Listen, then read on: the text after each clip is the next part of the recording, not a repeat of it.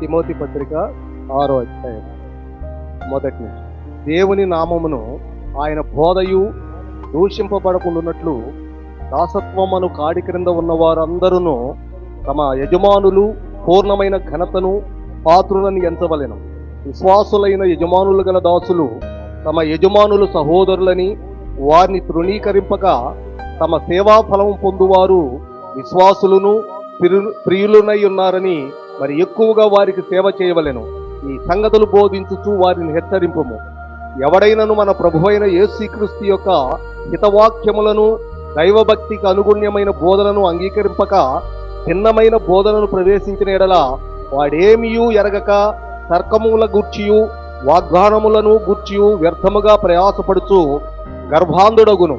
వీటి మూలముగా అసూయ, కలహము, దూషణలు, దొరను మాసములను చెడిపోయిన మనసు కలిగి సత్యహీనులై దేశభక్తి లాభసాధనమనుకొను మనుష్యుల వ్యర్థ వివాదములు కలుగుతున్నవి.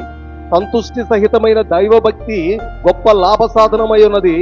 మనం ఈ లోకములోనికి ఏమీ తేలేదు, దీనిలో నుండి ఏమీ తీసుకొని పోలేము. కాగా అన్నవస్త్రములు గలవారమయ్యుండి వాటితో తృప్తి పొందియుందుము. ధనవంతులగుటకు ఆపేక్షించువారు శోధనలోను ఉరిలోను అవివేక యుక్తములను హానికరములైన అనేక దురాశలలోను పడుదురు. అట్టివి మనుషులను నష్టముల్లోను నాశనముల్లోనూ ముంచివేయును.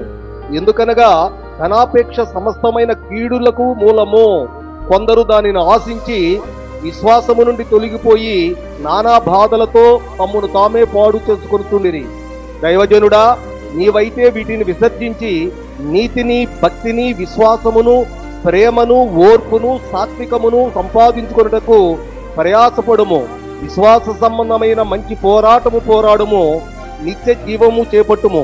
దాని పొందుటకు నువ్వు పిలువబడిన అనేక సాక్షుల ఎదుట మంచి ఒప్పుకోలు ఒప్పుకొంటివి.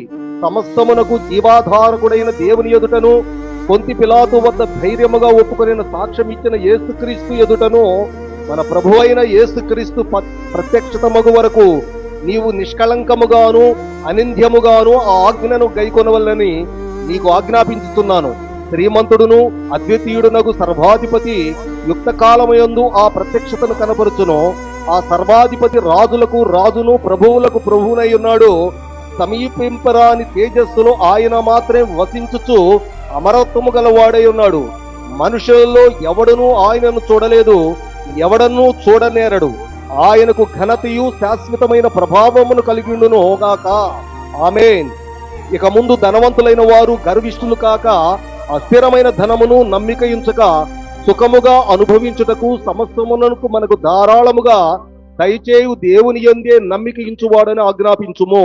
వారు వాస్తవమైన జీవమును సంపాదించుకుని నిమిత్తము రాబోవు కాలమునకు మంచి పునాది తమ కొరకు వేసుకొనుచు మేలు చేయువారును, సత్క్రియలు అను ధనము గలవారును, ఔదార్యము గలవారును, తమ ధనములో ఇతరులకు పాలిచ్చువారైన వారై ఉండవలని వారికి ఆజ్ఞాపించుము. ఓ తిమోతి, నీకు అప్పగించబడిన దాన్ని కాపాడి అపవిత్రమైన వట్టి మాటకులను అజ్ఞానముగా అబద్ధముగా చెప్పబడిన విపరీత వాదములను దూరముగా ఉండుము. ఆ విషయములో ప్రవీణులమని కొందరు అనుకొని విశ్వాస విషయం తప్పిపోయేరి. కృప మీకు తోడయుండును గాక. హల్లెలూయా. ఇక్కడ 3 భాగాలు చేద్దాం. 1 నుండి 5 వచనాలు. ధర్మం, నీ ధర్మం ఏంటి అని చెప్తున్నాడు. 1 నుండి 5 వచనాలు.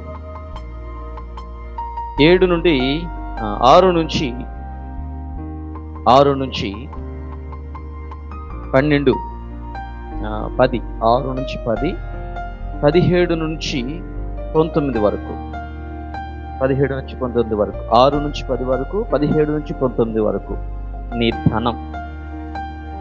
1 ధర్మం, 2 ధనం, 3 11 నుండి 16 వరకు ఆ మిగిలిన భాగం నీ దర్శనం. చెప్పండి, 3 భాగాలు దాత వస్తాయి, గుర్తుపెట్టుకోండి. 1 ధర్మం, 2 ధనం, 3 దర్శనం. నీ దర్శనం ఏమై ఉండాలో ఇక్కడ చెప్తాడు. నీ ధనం ఎలా వాడుకోవాలో ఇక్కడ చెప్తాడు. నీ ధర్మం ఏమై ఉందో ఇక్కడ నేర్పిస్తాడు. ఇప్పుడు చెప్పండి, తిమోతికి పౌలు ఏమై ఉన్నాడు? తండ్రి అయి ఉన్నాడు. యేసుక్రీస్తుకి పరలోకమందున్న తండ్రి ఏమై ఉన్నాడు అనంటే తండ్రి అయి ఉన్నాడు. క్రీస్తు ఆయనకు ప్రియకుమారుడై ఉన్నాడు. దేవునికి స్తోత్రం.